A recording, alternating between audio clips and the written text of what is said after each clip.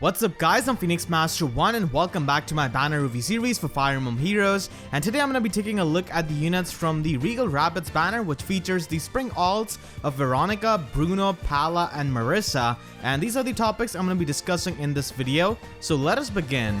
He looks dashing dressed up like that. My brother, I mean. Spring Veronica is a green mage flyer with fantastic offensive spread of 35 base attack and 36 speed, and with her preferred weapon she can reach 39 speed. She also has workable resistance with her tome, and she comes with Weatherfaller's Egg as her preferred weapon. This gives her +3 speed as I mentioned, and if she's above 75% of her health, then she's going to be getting +4 to all of her stats during the combat. So basically this weapon does not have a very good synergy with Desperation, which is a really big detriment for a frail unit like Veronica, who would really need Desperation for functioning in longer matches and for dealing with multiple foes. And you do not want to run something like Fury with this weapon. It doesn't have a very good synergy, so even though she can get really powerful and fast with this weapon, it's a really annoying weapon because of that HP threshold condition, and she's got Glimmer as her special, which is a good thing with her offensive spread. She's got Green Duel Flying as her slotty skill, and this doesn't really mean much on Veronica herself because she's a seasonal unit. It's really hard to get merges on her, and this kind of skill is really only worth it on +10 units. So Green Duel Flying is basically there if you want to fodder her off, and that's pretty much it. She's got Chill Resistance as her slot B skill, and this really helps her a lot with her weapon's effect for one-shotting foes because she does have pretty good base attack, and if you run something like a Death Blow on slot A with Chill Resistance on her weapon, she can get really powerful. So she can easily be compared to Flying Nino, who's another green mage flyer, and she's actually present in the permanent summoning pool. Both of them have got a pretty similar stat line, but Veronica just seems better at first, but Nino has got Giga Excalibur that works with Desperation, so she's got the consistency, while Veronica doesn't really have good synergy with Desperation with her preferred weapon. So Nino in general is going to be slightly better than Veronica in my opinion, and Veronica can be better than Nino in something like Icirrus with close counter advantage build because of her higher attack, but the thing is that it's really hard to get the perfect boon for that kind of Veronica, and also it's really hard to get any kind of merges. Not to say that it's easy to get merges on Nino, but still, you know, she's present in the permanent summoning pool. So overall, Veronica is a really fantastic green mage flyer with strong offensive stats, but her preferred weapon, it can be really annoying because of its anti-synergy with something like Desperation. So that's going to be really annoying, and as I said, Desperation is a really important thing for the consistency of these kinds of mages who don't really have the best bulk. And I really wish like 50% health was the HP threshold condition for this, because at least she could abuse Desperation with that, but unfortunately it does not. So that can really hold back Veronica as a whole. And if you get multiple copies of Veronica, or you just get like one copy of her, you can definitely use her for Green Duel Flying. So the best recipients of this from the 3-star and the 4-star pool are the following units. So the first one has to be Raisin, because he can provide the AoE healing utility from his Heron Wing, which is absolutely fantastic, and he also provides the Sing support. So that is really invaluable for Arena. But the problem is that Sing does not really cost a lot of SP, so he's not going to be scoring all that much if you run Sing. Now this can be replaced with a Dual Rally skill, and it's still going to be really nice because you can still provide the AoE healing, which is huge for Arena because you could just stall out and recover health on your bonus units, and that could be a really helpful thing that Raisin can bring to your Arena core. You could also run this on Xerxes because for Panic Ploy Refine. Panic Ploy is a fantastic thing in Arena because everyone is just going to be using dual rally skills on their team if you're somewhere around tier 21 Arena, so that's going to be useful for sure, and she does have pretty good HP for that. And the biggest advantage I would say of having a flying cheerleader on your Arena core is that they can enable the guidance support. So that is a really big thing because in tier 21 Arena metagame, movement assist skills are non-existent, so guidance provides you with a lot of good movement option, which can be really useful. Another good recipient of this is Camilla. This is another unit which a lot of people invest into, and Camilla's Axe Refine can be useful if you've got some kind of flying or horse unit as your bonus unit. If you're not using those specific unit types as your bonus units, then you can just go with the Res Refine so that you can have better ploy utility. Another thing which I want to mention is that if you're running Sing on Raisin, then you definitely want to run a 300 SP skill like Hone Attack 4, Hone Speed 4, or anything like that. And if you're using Dual Rally skill over Sing, then you don't really need a 300 SP Slot C skill. And Michaelis can also use this. He's easily available because of Grails, and we have got plenty of reruns of him. So you could also run Attack Feint on slot B of a unit like this, and because of his high HP, you could definitely make use of Panic Ploy. Same goes for Veruca, but the problem is that you will have to run a 300 SP slot C skill on someone like Veruca because she doesn't really have a preferred weapon. So you have to do that if you want to reach the max arena score. And for units like Veruca and Narsian who don't really have a preferred weapon, you're best off using something like Kagoisha or Ardent Service Plus for providing utility as a cheerleader. With rabbit strength. Veronica's first build is a budget build utilizing Death Blow and Slot A skills. So as I said before, you want to capitalize on one-shotting with Veronica because of her weapon's effect and shield resistance which she has got, and Death Blow can make her reach 61 attack in the player phase, which is a lot. Another medium investment build is with Sparrow, so you cannot really run Fury with her weapon because it doesn't really have a good synergy with that. So you want to run Sparrow from Naysala, and Renewal can definitely help you stay healthy, and Mirror Strike can also be run once again as a budget option. Another option is running Attack Wrestling from Valentine Titania. She does have a rather flexible slot B skill, so it can definitely be run to support allies and to just make Veronica more bulky on the magical side. And her fourth build is utilizing Bond skills, so we're going to be getting Loki in few days, and she does have Fly Formation as a 4-star skill. So this can definitely be run on someone like Veronica, and with the double bonds you're going to be getting plus an attack, which is really useful. And the fifth build is utilizing Attack Rest Solo and Mystic Boost. So this is a really extremely expensive build because of these two skills. So Mystic Boost can allow you to stay healthy so that you can take advantage of her weapon's effect, and can also help her take on blue dragons, and Attack Rest Solo can definitely give her a lot of power and also bulk on the magical side. Her sixth build is about as original as the story of Book 1, which Veronica was the main villain of, so you can just run a Blade Tome with Fury Desperation if you don't really want to mess with her preferred weapon, because honestly it can be annoying, and as I said, it doesn't really give you the reliability because it doesn't have a good synergy with Desperation, and that's really important for a unit like Veronica, who's a rather frail unit. So Fury Desperation with a Blade Tome can definitely be run, and it's a really powerful build on flyers. Her seventh build is for Ether Raids with Close Counter Advantage. She does do this build better than Nino because of having higher attack, but it's going to be really hard to get the perfect boon for this and also for getting the merges on this. So you can easily enter the Vantage range with Bolt Traps, Bolt Tower, or Dumas. And Close Counter Advantage is a really potent offensive strategy in Ether Raids, and she does have the Flyer Mobility, which can definitely help you in certain maps, but you still have to watch out for Hardy Bearing foes and someone like Micaiah. Hippity hopping into spring. Palla is a red flyer once again, and this time she's wielding daggers, and that makes her into a really unique unit because we don't really have any other unit to compete in that color and class specifically. So she does have a lot of novelty, and that red color can definitely go really well with her weapon. So as for her base stats, she has got a fantastic attack of base 37. She also has a super boon in attack, so she can end up at 41 base attack, which is really incredible for any kind of dagger unit that's not armored, because the highest attack dagger unit is Halloween Kagero at base 38 attack, and she also has much better speed than Halloween Kagero with that attack at base 34.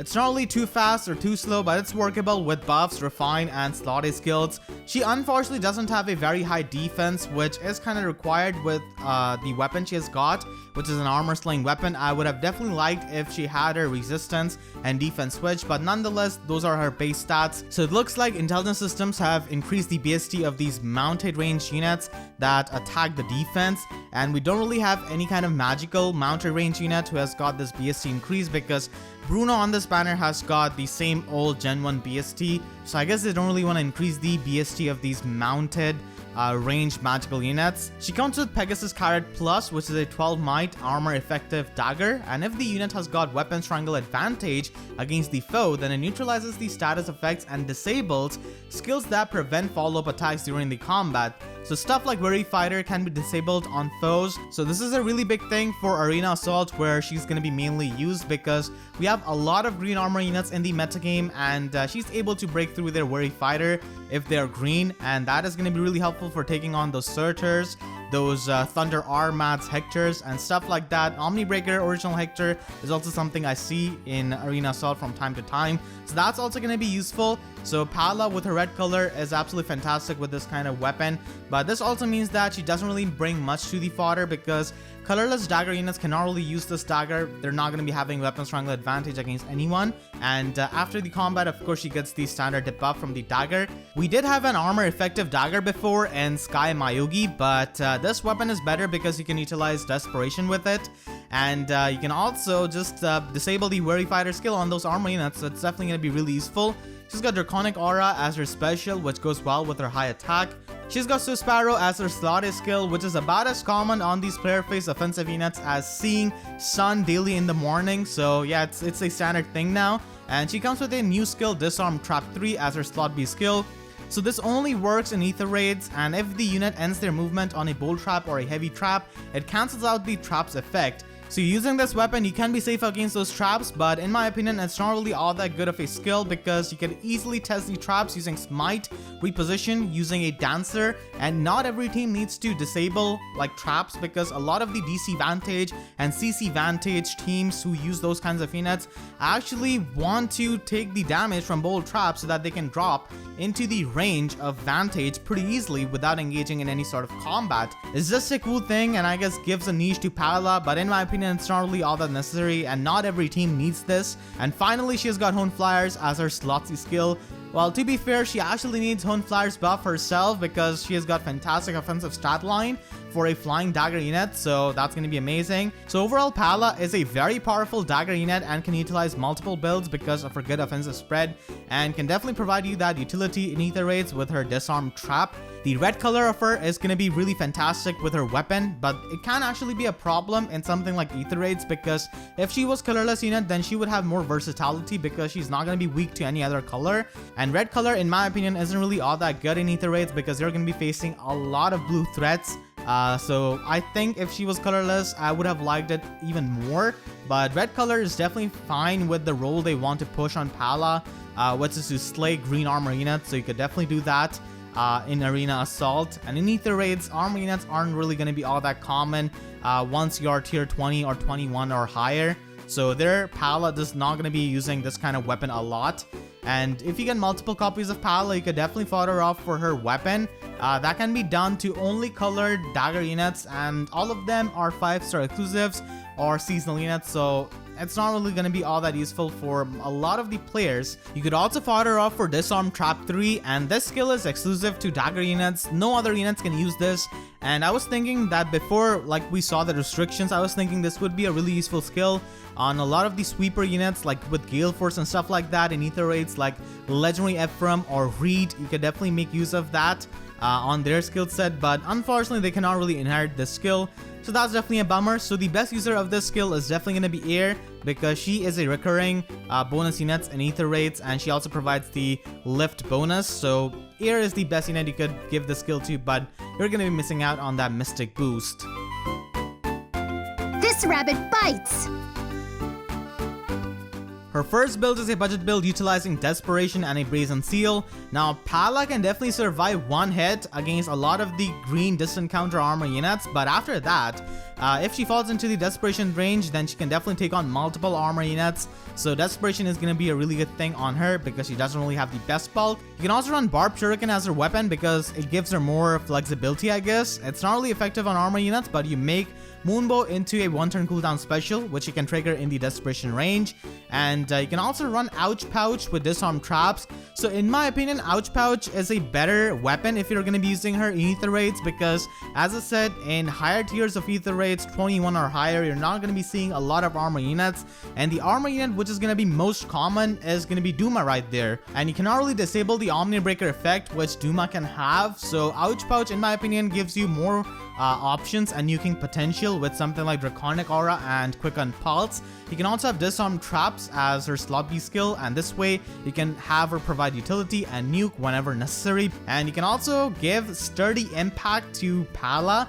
Now this definitely helps Palla a lot in her neutral matchups because she can take care of green armor units, as I said before, because of her color, but the plus in defense from Sturdy Impact helps Palla a lot in those set neutral matchups because she can reach the desperation range much easily, and she's able to disable stuff like quick repels and vengeful fighter on armor units. As it is, she can neutralize the worry fighter skill on those armor units. So with this skill, she can just have more reliability, so that's pretty good, but it's definitely an expensive build. And the final build is for Ether Raids usage as a close counter advantage build.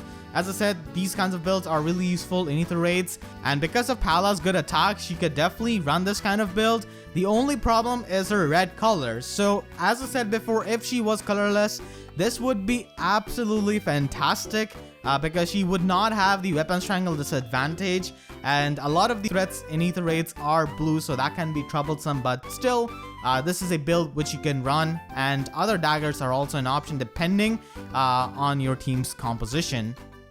If this outfit isn't good for fighting, I'll have to hop away. Marisa is a lance flyer this time, and she has got a pretty good offensive stat spread of 33 base attack and 38 base speed, with pretty good defensive bulk at base 28 defense and 42 HP, which is the highest amount of HP for a lance flyer, tying with Volter and Florina. Any player who has been playing this game for a while, upon hearing that we have got some kind of 5-star exclusive seasonal lance flyer, they're just probably gonna be rolling their eyes back to their head because it's just a very saturated class type. There's really no chance for any kind of seasonal 5-star exclusive unit to shine in that class because we've got so many good accessible lance flyers in the 3-star and 4-star pool. Sure, you could compare her stat line to Shigure, and she is better in that regard because she's got one more attack point and is a bit more min-max and has got better defensive bulk, but that's pretty much it. Shigure is going to be much easier to merge, and a lot of people have already probably invested into a lance flyer that's easily available. So Marisa doesn't really stand out in that regard. She doesn't really have a preferred weapon. Her stat line is not really all that unique, and it's just a standard offensive stat line that we have been seeing on so many of these lance flyers. So nothing really too unique in that aspect. And she comes with Flashing Carrot Plus. So at start of combat, if the foe is at full health, then she gets +2 to all of her stats during the combat. This is not really a very consistent weapon because if you've got something like Savage Blow, Poison Strike, Duma, or any of those things, then this weapon isn't really all that good when you've got allies like those. And once the enemy survives, it doesn't really help you in like the other combat once the enemy loses any kind of HP. So yeah, that's not really all that good and doesn't really provide a lot of consistency compared to other lances. But still, it's a cool gimmick, I guess. Reposition is the best assist skill for any kind of flyer, and Speed Defense Link is a new skill. It's not really the best link skill, but it's pretty decent, I guess. And you could probably fodder off to someone like Titania, who has got Res Tactor Refine, so you could definitely use that in Ether Raids with Smite. And Marisa herself can definitely make use of this link skill really well because she already has reposition, and speed and defense can definitely make her into a good duelist after getting those buffs. And finally, she's got Flyer Guidance as a slotsy skill.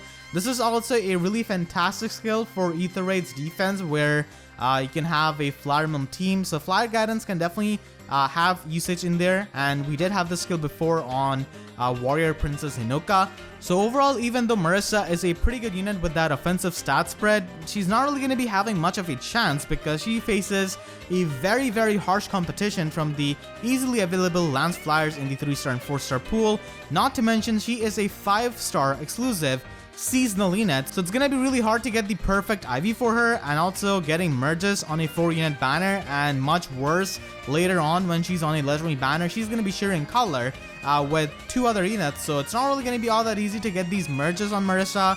So unless you really like Marisa, you could pull for her, but if not, then you probably have other lance flyers built up like Shigure, Katria, or many other more common lance flyers. And this is a really unfortunate thing because I actually really like Marisa, and they could have easily made her into an infantry lance unit. We don't really have a lot of those. Lance flyer is just an overdone class, and I just hope that they just stop giving us these kinds of 5-star exclusive lance flyers, which are just facing so much competition. Your flowers are wilting. Her first build is a budget build using Attack Tactic and Rest Tactic, and this is a build which can be used on any IV Marisa. because she already comes with speed defense link, you could definitely make use of a build like this. And you can also run smite if you're going to be using her in ether raids. And the second build is a budget build utilizing her speed defense link to make her into a duelist, because she can have a pretty nice speed stat and defense stat with this build and be really tanky and not really get doubled all that easily. So this can definitely be a budget build. Her third build is using Fury Desperation and a Brazen Seal. You can also run Heavy Blade Gale Force, and she can also get plus to attack from Flashing Carrot. Her fourth build is also another budget player face build with Death Blow and Darting Blow Sacred Seal. She can reach 55 attack and 49 speed with this build. And her fifth build utilizes her speed with Fire Sweep Lance, and you can run Life and Death because her bulk is pretty irrelevant for a build like this, and you can run Hit and Run as a retreat option. And her sixth build is utilizing Slaying Lance with a 3-turn cooldown special like Luna, which becomes 2-turn. You could also run other high cooldown specials like Ignis. It's really up to you. And her final build is utilizing Harmonic Lance from Shigure. Both of them have got a really similar stat line, so this can definitely be done with a Fury Desperation set. Or you could just run Swift Sparrow if you want to invest into her a bit more. Should I compliment Veronica?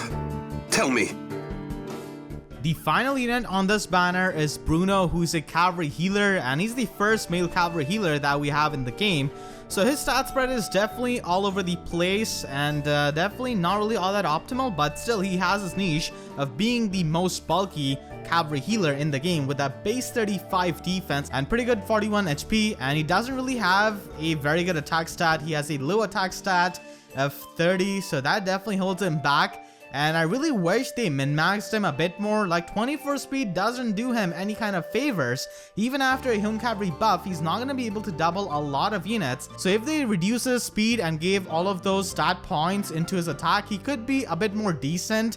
But because of having low resistance and low speed, he's going to be really susceptible to any kind of magical unit in the game, which are super common. So that's definitely a thing. But when it comes to physical attacks, he's going to be able to tank those, and he comes with Ovoid Staff as his weapon. So this restores 7 HP to the unit itself and also to the adjacent allies. So it's a bit of a variant of the weapons which Herons have. It doesn't really have the AoE healing, but it can definitely be a decent thing with Miracle builds. He's got Martyr Plus as his assist skill for healing, and he is pretty bulky, can definitely take few hits to heal more with this as a skill.